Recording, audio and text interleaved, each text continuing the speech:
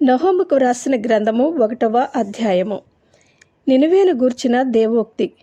ఎల్కోషు వాడగు నహూమునకు కలిగిన దర్శనమును వివరించు గ్రంథము. యెహోవా రోషము గలవాడై ప్రతీకారము చేయువాడు. యెహోవా ప్రతీకారము చేయును.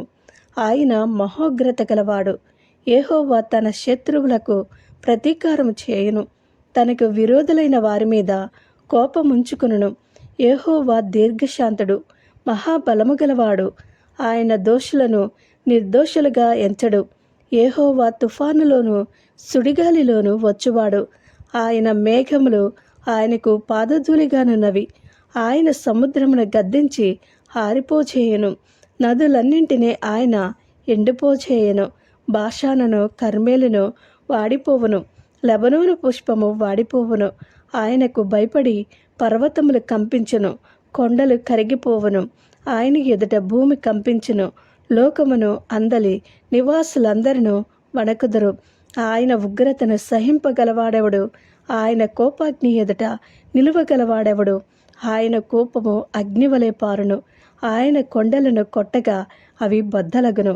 యెహోవా ఉత్తముడు. శ్రమదినమందు ఆయన ఆశ్రయదుర్గము. తన యందు నమ్మిక ఉంచు వారిని ఆయన ఎరుగను.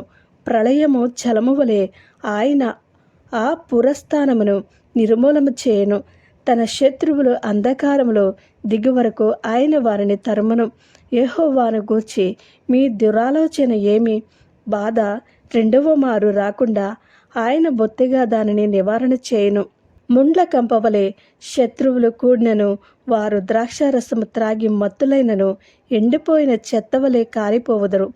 నినివే యెహోవా మీద దురాలోచన చేసి వ్యర్థమైన వాటిని బోధించిన వాడొకడు నీలో నుండి బయలుదేరి ఉన్నాడు. యెహోవా సెలవిచ్చినదేమనగా, వారు విస్తారజనమై పూర్ణ బలము కలిగియున్నను, కోత ఎందైనట్లు వారు కోయబడి నిర్మూలమగుదురు. నేను నిన్ను బాధపరిచితినే, నేను నిన్నిక బాధపెట్టను. వారి కాడిమ్రాను నీ మీద ఇక మోపకుండా నేను దాని విరగగొట్టుదును. వారి కట్లను నేను తెంపుదును. నినివే, యెహోవా నిన్ను బట్టి ఆజ్ఞ ఇచ్చినదేమనగా, నీ పేరు పెట్టుకుని వారు ఇకను పుట్టకయుందురు. నీ దేవతాలయంలో చెక్కబడిన విగ్రహమే గాని, పోతపోసిన ప్రతిమయే గాని ఒకటియూ లేకుండా అన్నింటినీ నాశనము చేతును. నీవు పనికిమాలిన వాడవు గనుక నేను నీకు సమాధి సిద్ధపరచుచున్నాను. సువార్త ప్రకటించుచు సమాధాన వర్తమానము తెలియజేయువాని పాదములు పర్వతముల మీద కనబడుచున్నవి. యూదా, నీ పండుగలను ఆచరింపుము, నీ మొక్కుబళ్లను చెల్లింపుము. వ్యర్థుడు నీ మధ్యనిక సంచరించడు, వాడు బొత్తిగా నాశనమాయెను. ఆమేన్.